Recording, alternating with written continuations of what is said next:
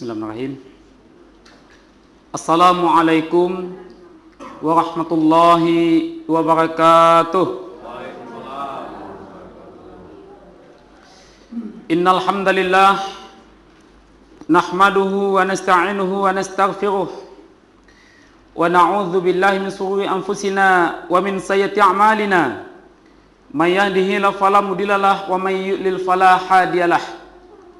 Bersyukur kita dengan ucapan alhamdulillahirabbil alamin, dengan rahmat dan nikmat yang Allah Subhanahu wa taala berikan kepada kita sampai pada malam yang ke-13 ini kita masih diberikan kesehatan dan kesempatan untuk bisa berhadir di musala Al-Hidayah ini. Berselawat kita kepada Nabi kita Nabi Muhammad sallallahu alaihi wasallam dengan ucapan Allahumma shalli ala Muhammad wa ala ali Muhammad, yang sama-sama kita hormati pengurus musala Al-Hidayah beserta jajarannya, kemudian yang sama kita hormati tokoh masyarakat, alim ulama, cerdik pandai, Bapak RW, Bapak RT dan juga Bapak LPM yang ada di lingkungan kita ini, yang semoga senantiasa diberkahi dan diridhai oleh Allah Subhanahu wa taala. Bapak Ibu yang semoga senantiasa diberikan kesehatan dan kebaikan oleh Allah Subhanahu wa taala. Sehat semuanya Bapak Ibu? Alhamdulillah sehat semuanya ya Bapak Ibu. Baik, adapun judul yang diberikan kepada kami dari IKMI Kota Pekanbaru, yakninya hendaknya orang tua menjadikan anaknya anak yang soleh. Bagi wartawan adik-adik yang mencatat ya, menjadikan anaknya anak yang soleh. Sebelum kita masuk ke materi Bapak Ibu, sebelumnya atas nama organisasi IKMI dan juga atas nama pribadi kami Bapak Ibu, yakninya mengucapkan mudah-mudahan ujian dan cobaan yang datang kepada kita yang ada di lingkungan Rumbai ini ataupun yang sekitarnya, semoga Allah Subhanahu wa taala memberikan hidayah sesuai dengan musala kita, diberikan kesabaran, diberikan ketabahan, dan kita tetap berprasangka baik Bapak Ibu. Mungkin itu bisa jadi adalah suatu hikmah yang Allah Subhanahu wa taala datangkan kepada kita, apalagi di bulan Ramadan Bapak Ibu. Di samping Bapak Ibu berpuasa, melaksanakan salat tarawih di malamnya, datang ujian. Berarti Allah Subhanahu wa taala mengatakan la yukallifullahu nafsan illa wus'aha, kata Allah. Allah tidak akan memberikan ujian dan cobaan itu kecuali bagi orang yang sanggup. Berarti Bapak Ibu yang sanggup di mata Allah Subhanahu wa taala, maka bersyukurlah Bapak Ibu. Mudah-mudahan Allah Subhanahu wa taala angkat derajat kita. Mudah-mudahan Bapak Ibu diberikan kebaikan oleh Allah Subhanahu wa taala. Mudah-mudahan musala kita ini tidak sepi lagi Bapak Ibu. Apalagi saya cerita dengan Bapak tadi Pak ya. Tak pernah selama ini musala ini sampai kebanjiran ya Pak ya. Tiba-tiba semalam kebanjiran. Mungkin bisa jadi teguran dari Allah Subhanahu wa taala Bapak Ibu. Saya tengok karpetnya kalau yang laki-laki sampai 5 saf Bapak Ibu. Tapi yang terisi berapa saf tadi Pak? Alhamdulillah Bapak Ibu. Tak bisa kami jawab. Ya sebab saya pun imam tadi Bapak Ibu, tak nampak belakangnya gitu. Jadi mungkin bisa jadi teguran dari Allah Subhanahu wa taala. Jadi atau bisa jadi Allah Subhanahu wa taala ingin mengangkat derajat kita. Jadi kita tetap berprasangka baik kepada Allah Subhanahu wa taala setiap ujian kita. Apalagi di bulan Ramadan ini Bapak Ibu, mari kita ramaikan musala kita, mari kita ramaikan masjid kita Bapak Ibu. Alhamdulillah boleh Bapak Ibu berkunjung ke musala-musala yang lain. Saya banyak mengunjungi musala Pak, bukan saya Bapak. Alhamdulillah musala Bapak Ibu ini termasuk mewah nih Bapak Ibu. Termasuk cantik nih Bapak Ibu. Pakai gorden, AC, alhamdulillah, dindingnya pakai granit. Cobalah Bapak Ibu, bukan saya merendahkan di tempat lain ya Pak ya.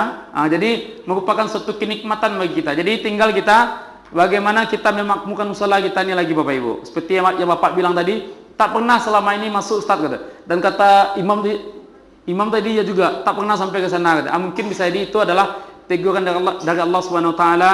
Mungkin kita sudah mulai jarang untuk meramaikan musala kita ini Bapak Ibu. Maka kepada jemaah masyarakat yang mendengarkan, mari kita bersama-sama datang kepada Allah Subhanahu wa taala. Air itu merupakan tentaranya Allah Subhanahu wa taala yang setiap detik, setiap saat meminta kepada Allah Subhanahu wa taala, ya Allah, berikan aku, yakninya izinkan aku ya Allah untuk membinasakan, meluluh lantakkan hamba-Mu. Tapi Allah masih sayang kepada kita Bapak Ibu. Kalau air sudah ngamuk, siapa yang bisa ngatasi Pak? Tak ada bisa ada Bapak Ibu. Itu contohnya banjir kayak semalam. Tak ada yang bisa mengatasi walaupun Pak Wali kota kita turun ya Pak ya. Jadi tinggal bagaimana keimanan dan ketakwaan kita lagi kepada Allah Bapak Ibu. Jadi ini pesan untuk saya dan pesan untuk kita semua. Mari kita ajak keluarga kita ke masjid. Mari kita ajak keluarga kita ke musalla untuk meningkatkan keimanan supaya apa? Supaya jauh mara bahaya bencana datang di lingkungan kita ini Bapak Ibu. Ketahuilah bencana yang datang kepada kita tersebut bisa jadi adalah Allah yang lebih tahu. Mungkin ada suatu penyakit yang mungkin Allah Subhanahu wa taala pengen cucinya, jadi kita tidak tahu. Jadi tinggal kita meningkatkan keimanan kita lagi kepada Allah Subhanahu wa taala. Baik Bapak Ibu, adapun judul pembahasan yang seperti yang saya katakan tadi, membentuk anak yang soleh dan solehah. Setiap orang tua, ayah dan bunda, tak kala dia berniat untuk melangsungkan pernikahan, maka salah satu yang diharapkan adalah mendapatkan anak. Tentu anak yang didapatkan adalah anak yang soleh, anak yang soleha Bapak Ibu, anak yang qurrata a'yun, anak yang menyejukkan mata kita, sebagaimana doa kita, Rabbana hablana min azwajina qurrata a'yun waj'alna lil muttaqina imama.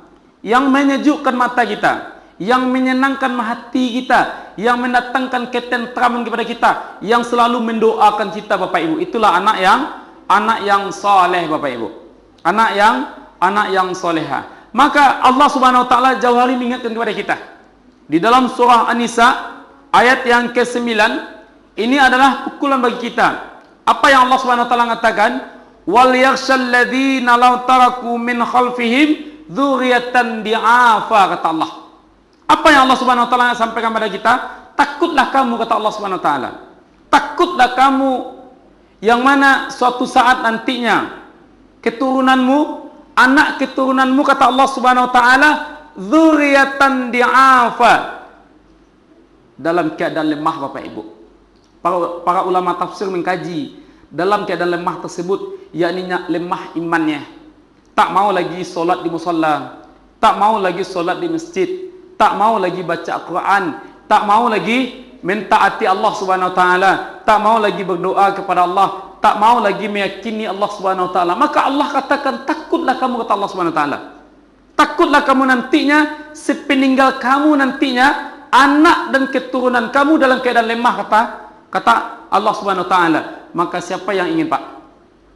Tak kala kita Bapak Ibu rajin solat, tak kala Bapak Ibu rajin baca Quran, rajin beribadah, anak kita mohon maaf di luar sana berkeliaran, kumpul dan segala macamnya Bapak Ibu, kumpul ke tempat yang salah, melakukan maksiat. Siapa yang tidak sedih, Pak? Siapa yang tidak sedih Bapak Ibu? Maka apalagi di zaman teknologi ini Bapak Ibu, ayat yang Allah Subhanahu wa taala sampaikan kepada kita di dalam surah An-Nisa ayat yang ke-9 tersebut Bapak Ibu, yakninya sangat berpengaruh sekali dengan realita yang ada pada hari ini, Pak. Takutlah kamu nantinya, kata Allah, sepeninggal kamu, anak dan keturunanmu dalam keadaan lemah. Apa hendak Bapak Ibu? Tak kala orang mengumandangkan azan di musalla, dia sibuk main game. Mulai nampak Bapak Ibu. Nah, solat lah nak, ya ma tunggu loh ma. Apalagi difasilitasi dengan wifi di rumah. Kapan matinya Bapak Ibu? Kapan matinya? Wifi full, kemudian listrik full, tinggal dicas saja. Jadi tak kala dia disuruh untuk melaksanakan solat, alasannya apa? Tunggu lu mas, sebentar lu mas sibuk. Ternyata sibuk main game. Maka Allah katakan, takutlah kamu nantinya, sepeninggal kamu, anak dan cucumu dalam keadaan lemah. Bapak Ibu yang semoga senantiasa diberkahi dan diridai oleh Allah Subhanahu wa taala. Maka setiap orang tua menginginkan yang namanya anak yang saleh, menginginkan anak yang saleha. Yang pertama Bapak Ibu, proses untuk menjadikan anak yang saleh dan soleha, yang pertama orang tuanya soleh dan soleha terlebih dahulu Bapak Ibu. Orang tuanya yang soleh dan soleha terlebih dahulu. Sebelum orang tuanya menyuruh anaknya datang ke musala, datang ke masjid, baca Quran, maka orang tuanya lah yang terlebih dahulu datang ke musala tersebut Bapak Ibu. Sebelum orang tuanya menyuruh anaknya baca Quran, maka orang tuanya yang terlebih dahulu baca Quran Bapak Ibu. Maka apabila kita menginginkan anak kita anak yang soleh, anak yang soleha, maka solehkan diri kita dulu Bapak Ibu. Solehakan diri kita dulu. Bagaimana anak akan menjadi contoh? Apalagi anak zaman sekarang ini Pak. Apalagi anak zaman sekarang ini Bapak Ibu. Dia suka mencontoh. Mohon maaf, tak kala muazin mengumandangkan azan, bapaknya sibuk di kedai kopi main domino, anaknya disuruh solat. Apa kata anaknya? Apa aja nak solat dia, ada nak solat aja. Siapa nak salah Pak? Siapa nak salah Bu? Apanya? Akhirnya berang wak anak kau. Iki dan segala macamnya. Akhirnya karena perangai buruk kita, akhirnya anak juga yang jadi tumbal Pak. Anak juga yang jadi tumbal.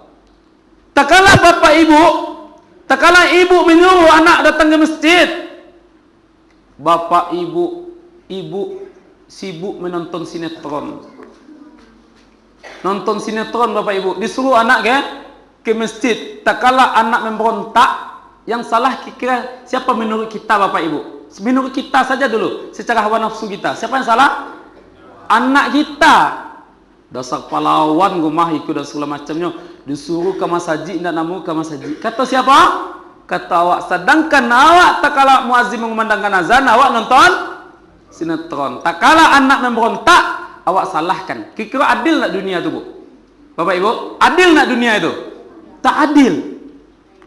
Maka kalau ingin kita anak yang soleh, anak yang soleha, maka orang tuanya yang terlebih dahulu harus soleh Bapak Ibu.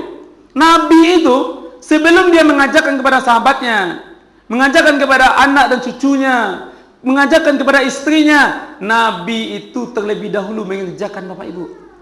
Nabi itu yang menjadi model pertama kali. Nabi itu menjadi contoh pertama kali Bapak Ibu. Tak kala muazzin sedang mengumandangkan azan, Bapak Ibu sudah berada di musalla, sudah berada di masjid, anak tidak melakukan apa yang kita inginkan, maka kata Nabi, maka buat gantungan di rumah kita. Boleh. Boleh, ancaman gantungan itu boleh. Buat gantungan, bila sampaikan sama anak tersebut, nak, daripada kamu nanti dibakar oleh api yang begitu besar, dengan cambukan malaikat yang begitu luar biasa, biar bapak yang mencambuk kamu terlebih dahulu. Kalau kamu tidak melaksanakan solat, kalau kamu tidak membaca Quran, kalau kamu tidak melakukan kebaikan, insya Allah Bapak Ibu, apa yang akan diprotes oleh anak lepak?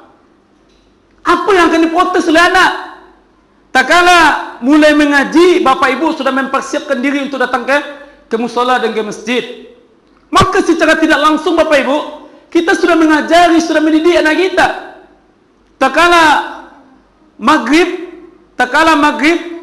detik-detik ataupun 5 menit, 10 menit mau azan, Bapak Ibu sudah mulai melangkahkan kaki ke musala. Maka anak akan tengok, mak cik, luar biasa bapak saya ni, luar biasa ibu saya ni.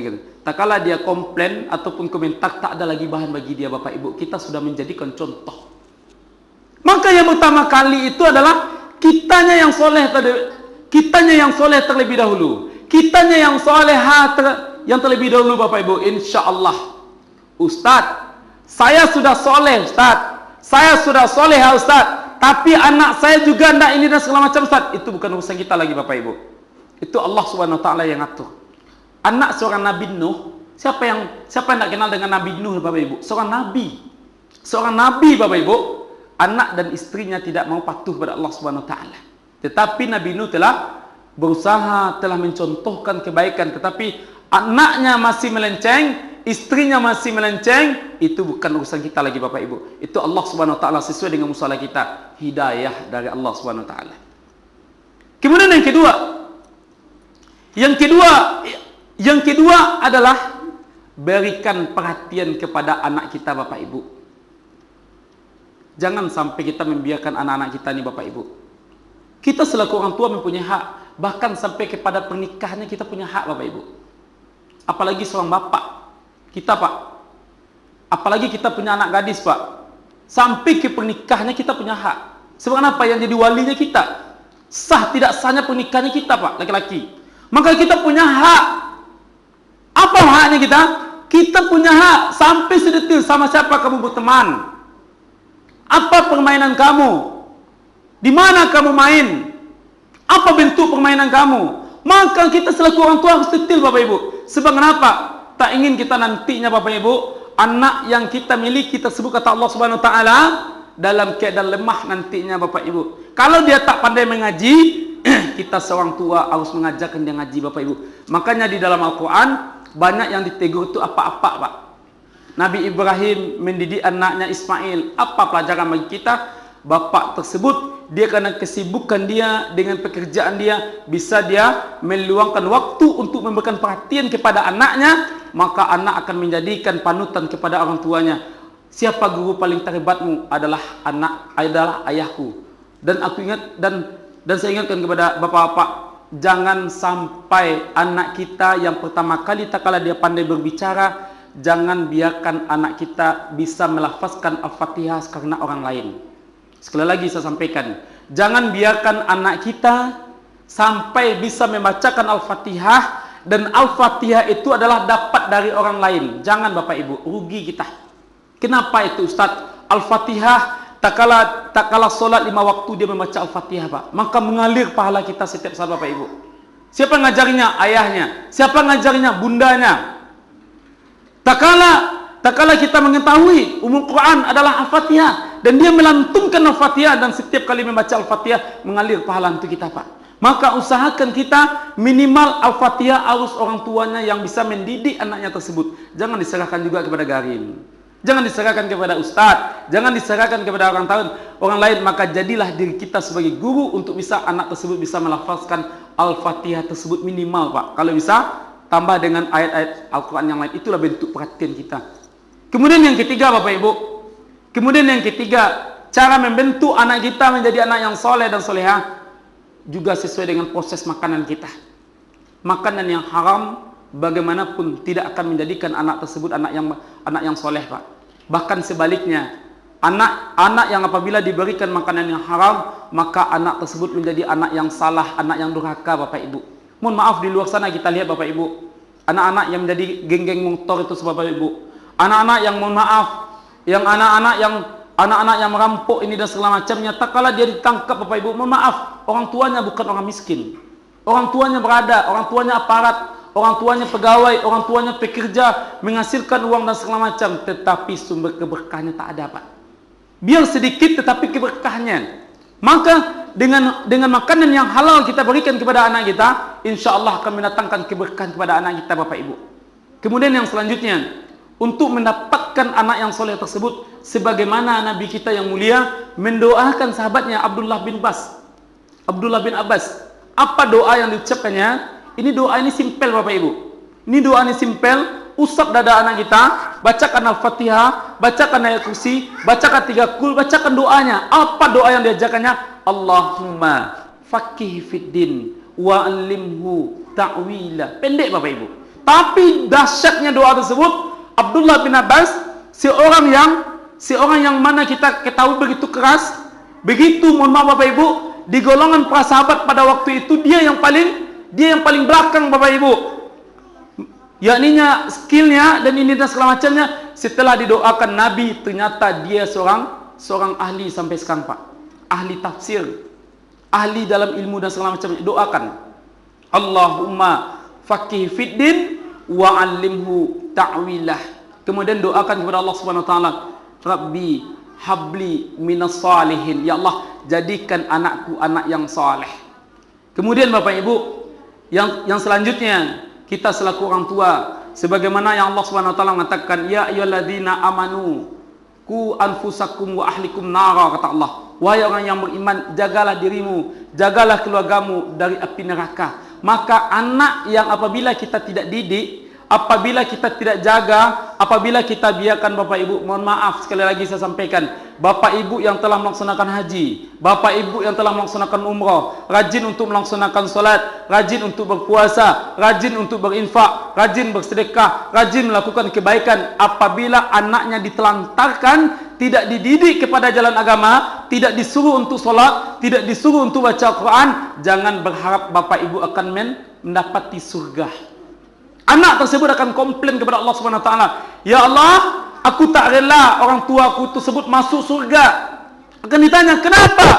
Tak kala di atas dunia aku dibiarkan begitu saja, saya tidak dididiknya, saya tidak diajarinya, saya tidak dinasihatinya, dan saya tidak dipukulinya kalau saya tidak melaksanakan solat. Maka saya tidak rela dia tersebut masuk ke dalam surga." Maka Allah Subhanahu wa taala mengatakan, "Wahai malaikat, seret orang tua tersebut, masukkan dia ke dalam api neraka."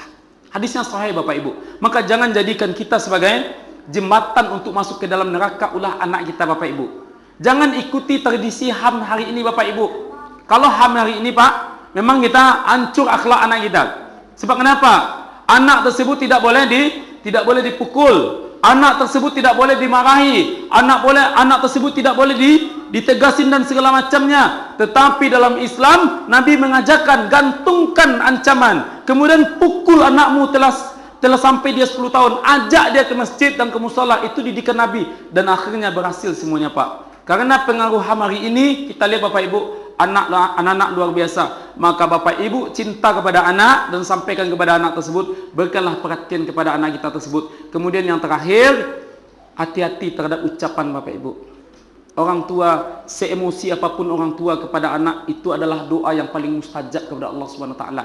Doa yang paling kabul oleh Allah Subhanahu wa taala, apalagi di bulan Ramadan Bapak Ibu. "Ustaz, saya bercanda kok Ustaz. Saya sepele itu, masa Ustaz besar-besaran?" Yang sepele, yang bercanda menurut Bapak Ibu itulah yang akan membuka sutrah bagi Allah Subhanahu wa taala untuk mendatangkan keburukan bagi anak kita Bapak Ibu apabila kita berucap yang tidak baik. Maka ucapkan ajalah yang baik. Tak kala dia nakal, tak kala dia tidak bisa diatur, tak kala dia membuat rusuh di rumah tersebut, sampaikan sama dia, "Nak, aku marahkan kamu ya, aku sumpahin kamu jadi hafiz Quran.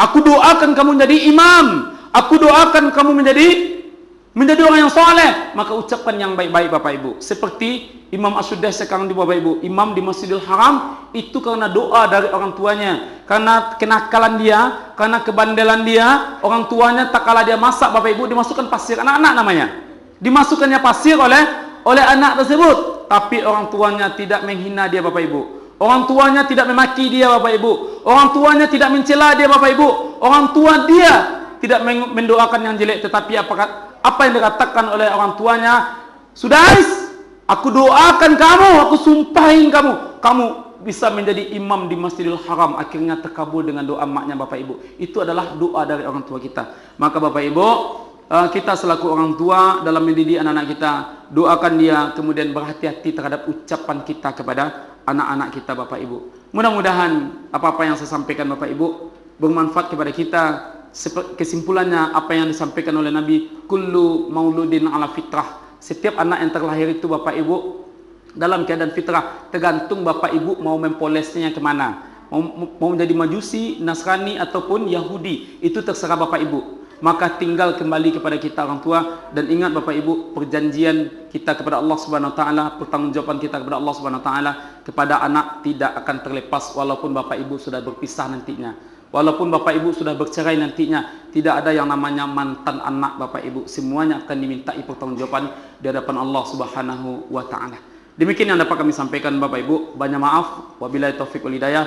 Kita tutup dengan doa kafaratul majlis. Subhanakallahumma wa bihamdika asyhadu an la ilaha illa anta astaghfiruka wa atubu ilaik. Banyak maaf. Wabillahi taufiq wal hidayah. Assalamualaikum warahmatullahi wabarakatuh.